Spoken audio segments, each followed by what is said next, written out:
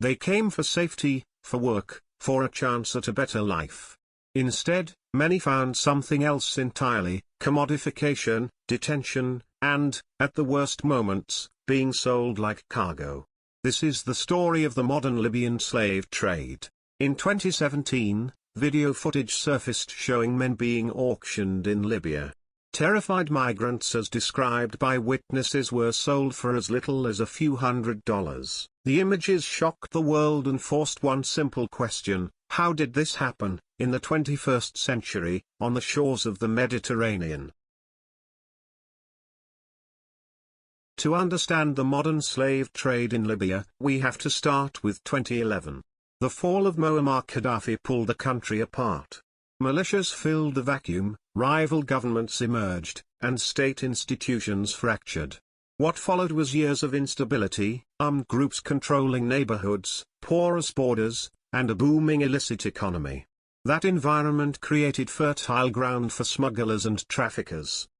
Thousands of migrants, fleeing conflict, persecution, or desperate economic conditions, passed through Libya trying to reach Europe.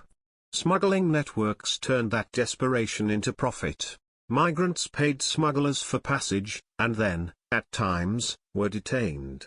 Not by official prisons, but by detention centers and militia-run facilities where corruption, ransom demands, and forced labor were routine. The United Nations and other agencies documented torture, arbitrary detention, sexual violence, and people being held for ransom across Libya. The world's attention snapped to Libya in late 2017. Investigations and footage, widely reported by international outlets and verified by investigators, showed auctions where migrants were paraded and sold. Those images made visible what many humanitarians had long warned about: individual accounts of sale, exploitation, and forced labor weren't isolated incidents, they were part of a larger, systemic pattern. Global outrage followed, and governments and NGOs scrambled to respond. Some survivors reported being sold for as little as $400. What made Libya especially deadly was the mix of informal detention, criminal markets, and official complicity. Detention centers, some run by militias, some by Coast Guard units and local authorities, became hubs of abuse. Survivors reported beatings, sexual violence, and forced labor on farms, construction sites, and in households.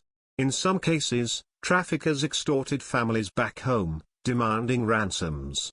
The pattern repeated: capture, sale, forced labor, ransom, a criminal circuit fed by regional instability. One of the victims interviewed said, "They beat us until we paid. If you couldn't, they sold you. I saw men taken away. I never saw them again."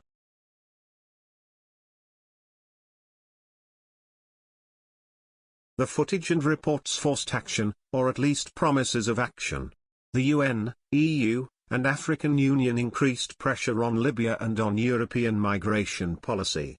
Some countries like Nigeria repatriated citizens, others pledged rescue operations. But critics argued that European policies aimed at stopping sea crossings, including support for Libyan Coast Guard operations and detention, often trapped migrants in Libya's abusive system rather than protecting them. Human rights groups said closing routes without safe alternatives amplified vulnerability and empowered the traffickers. Estimating the full scale of modern slavery and trafficking in Libya is difficult because of chaotic conditions and underreporting. But multiple assessments show Libya ranks among countries with high prevalence of modern slavery. Forced labor and human trafficking remain endemic, affecting tens of thousands. Newer academic and policy work continues to map how the trafficking economy ties into armed groups and regional smuggling networks. Why does it keep happening? Because a series of forces converge: armed fragmentation and weak rule of law, lucrative criminal markets for migrants and smuggling, demand for cheap labor, corruption and collusion, and the absence of safe, legal pathways for people fleeing crisis. Add to that the geopolitics, external powers, competing local patrons, and inconsistent international pressure, and the result is a resilient, adaptable trafficking economy. There are also stories of rescue, courage, and accountability. International organizations, local activists, and some Libyan authorities have worked to evacuate migrants, close horrific detention centers, prosecute traffickers, and provide shelters. But progress is fragile. Successes can be reversed when fighting flares or when political will fades. Long-term solutions mean rebuilding institutions, creating safe migration channels, and tackling the root drivers of displacement. If this story moved you, here are 3 concrete things you can do. 1. Support reputable NGOs working on the ground to help migrants and survivors. 2. Pressure your representatives to support safe, legal pathways for asylum seekers and funding for protections, not only border enforcement. 3. Read verified reporting and donate or volunteer responsibly. Don't amplify sensational footage without context. The modern Libyan slave trade is a human-made catastrophe, born of conflict, greed, and policy failures. It is not a problem that will vanish overnight. But knowing the history, naming the forces that sustain it, and demanding humane solutions. That is how change begins. If you or someone you know needs help, contact international organizations listed on the screen. Thanks for watching. Please like, share, and subscribe. See you next time. Libya is a major exit point for African migrants heading to Europe. The International Organization for Migration, IOM, published a report in April 2017 showing that many of the migrants from West Africa heading to Europe are sold as slaves after being detained by people smugglers or militia groups. African countries south of Libya were targeted for slave trading and transferred to Libyan slave markets instead.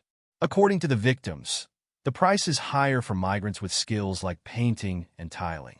Slaves are often ransomed to their families, and in the meantime, until ransom can be tortured, forced to work, sometimes to death, and eventually executed or left to starve.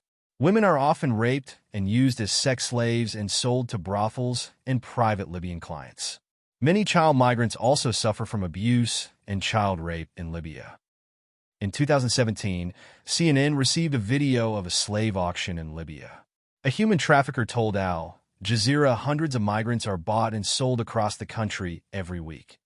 Migrants who have gone through Libyan detention centers have been severely abused, including electric shocks, burns, lashes, and even skinning.